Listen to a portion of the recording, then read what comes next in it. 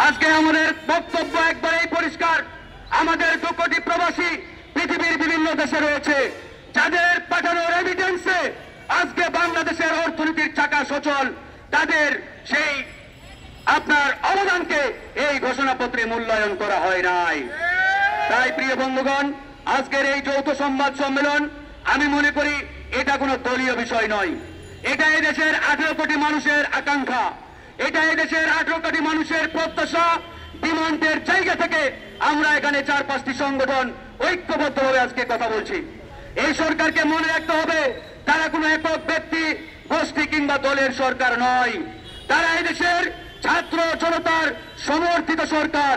কিন্তু এই সরকারের দায়িত্বশীল উপদেষ্টারা ক্ষমতার চেয়ারে তারা বেমালুম ভুলে গেছে তারা কাদের সমর্থনে সরকার গঠন করেছে।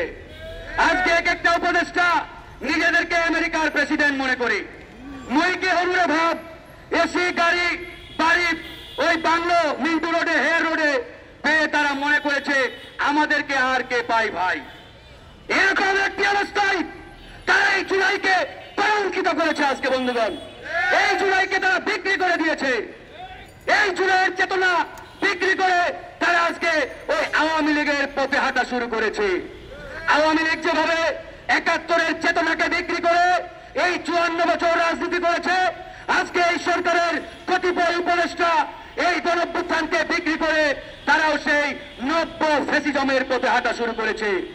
আমি বলতে চাই, এই সরকারকে মনে রাখতে হবে, এই সরকার বিএনপির সরকার নয়, জামাতের সরকার নয়, গণ অধিকার পরিষদের সরকার নয়, কিংবা অন্য কোন দলের সরকার নয়। তারা এদেশের আপামর জনগণের সরকার। জনগণের আশা আকাঙ্ক্ষা যদি তারা বাস্তবায়ন করতে না পারে, তাহলে তাদের এই চেয়ারে থাকার আর 1 মিনিটও তাদের কোনো নৈতিক অধিকার নেই। তাই আজকের এই সংবাদ সম্মেলন থেকে একটা আহ্বান জানিয়ে শেষ করব, আপনাদেরকে দুটো জগন্নাথ হয়ে বসে থাকার জন্য এই চেয়ার দেওয়া হয় নাই। যদি মনে করে থাকেন চেয়ারে বসে ওই ডামাডোল দিন কাটাবেন, এসির বাতাসকে সময় পার করে একটা যেনতেন মার্কা নির্বাচন দিয়ে বিদায় নেবেন, মনে রাখবেন আপনাদের পরিণতি ওই বিগত মঈনুদ্দিন ফখরুদ্দিনের মতোই হবে। এদেশের মানুষ ওই যেনতেন মার্কা কোনো নির্বাচন গ্রহণ করবে না।